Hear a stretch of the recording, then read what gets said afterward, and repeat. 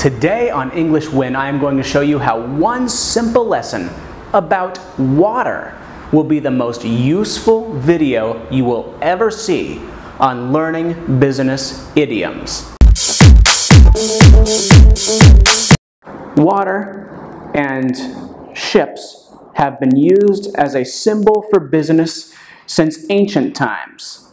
The beginning businesses were often ships, buying products in one country and sailing them to a different country to sell.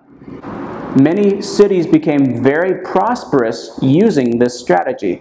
So idioms referring to ships and water and liquid still remain to this day.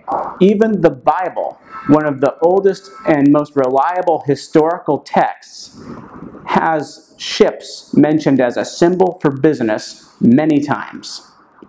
Here are some more water-themed idioms you will have in the English-speaking world of business. But first, I will explain the first three. We tested the waters. What does it mean to test the waters? Testing the waters means to try something new just a little bit. That way, if the test fails, you don't lose very much.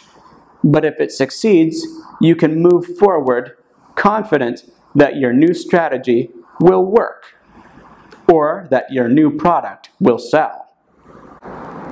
We liquidated some assets to pay off our bank loan. Liquidated is another way of saying selling. We sold some assets to pay off our bank loan. Some assets are liquid, which means they are easy to sell, and some are illiquid. I will go over that in a future video. A rising tide raises all ships. The tide is where the water level in the ocean changes. It can get higher and it can get lower, depending on the time of day. So, a rising tide means the water is going up, and it raises every ship that is in the water. This means if something good happens in an industry where a lot of businesses operate, then that good economic environment is good for every business working in that industry.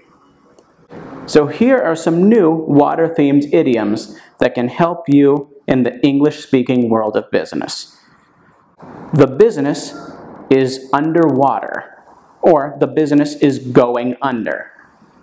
With a ship, if a ship is going underwater, that means it is sinking.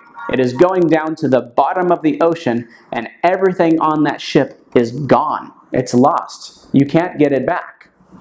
So when a business is going underwater, that means it is losing money, and soon the business will close. The competition went belly up. This is very similar, but instead of it being water, it's fish. So a fish, when it dies, will go belly up. That means a fish will float on the surface at the top of the water with its belly facing up towards the sky. That's how you know a fish is dead. So if the competition, a business you are trying to defeat, is going under, that means it goes belly up. The business competing against you goes out of business. I'm in hot water with my boss. Now, cool water is relaxing. Hot water is very uncomfortable. You want to get out of hot water as fast as you can, especially if it's boiling. So if you are in hot water with your boss, that means the situation between you and your boss, your relationship, is so stressed that you feel you are in trouble with your boss, and you must do something to get out of hot water, to regain your boss's trust. Hold water. Hold water means to make sense and be credible. This is for ideas and arguments. If I have a bag of water and I poke a hole in that bag, the water will go out of that hole. That's a leak. So there is a hole in that bag. Now, if there is a hole in an argument, that means the argument doesn't hold water. It doesn't make sense. And if an idea doesn't make sense, you probably should not try it. Water under the bridge. Now, if you are on a bridge and water is going under you, you don't have to worry about drowning or falling into the water because the bridge is keeping you safe. So water under the bridge means there is water, a dangerous situation, but that's in the past. You don't have to worry about that anymore. An example is a disagreement with a coworker, but now you are friends with your coworker. So the disagreement you had in the past is now water under the bridge. Keep one's head above water. This means to either earn more money than you are spending, or to do more work than what is expected of you. If you do more work than is asked of you, that means you can continue to work without getting in trouble. Troubled waters. It means the environment you are working in or doing business in has become dangerous. Maybe there are new competitors. Maybe there is a financial situation. Maybe there are new surprises you didn't see earlier. These trouble the waters, and it makes things more difficult to run a business well. The 2008 bailout. Very famous. Banks were going out of business. And like a ship that is sinking, people need to bail out the water. That means they take a bucket, they reach into the boat where water is filling their boat, and they take the water and move it out of the boat.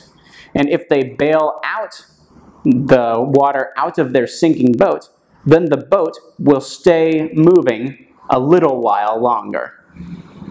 That's what happens. When the banks received money from the government, it was to bail them out of a bad situation.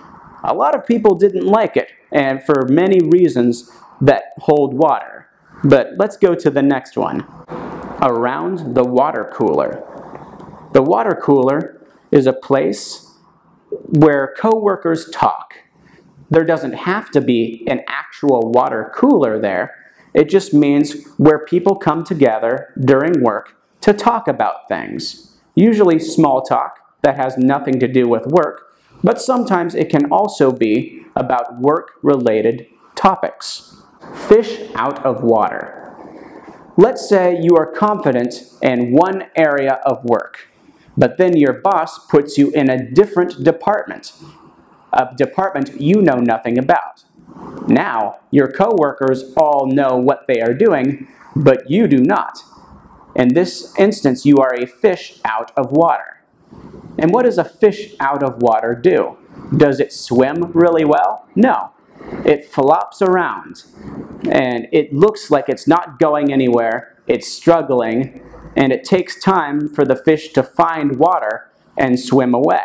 And so, when you are a fish out of water, you are going to look like you don't know what you are doing. And you won't know what you are doing until you understand how your new environment or how your new workplace functions. Once you understand your new job and the coworkers around you, you are no longer a fish out of water. Does your first language also have water idioms about business? Do you know water idioms about business in English that I didn't mention? Let me know down in the comments below. Like the video, subscribe to it so you can get future videos from me very easily, and share this video with your coworkers and English learning friends so that we can all win at English together. Thank you.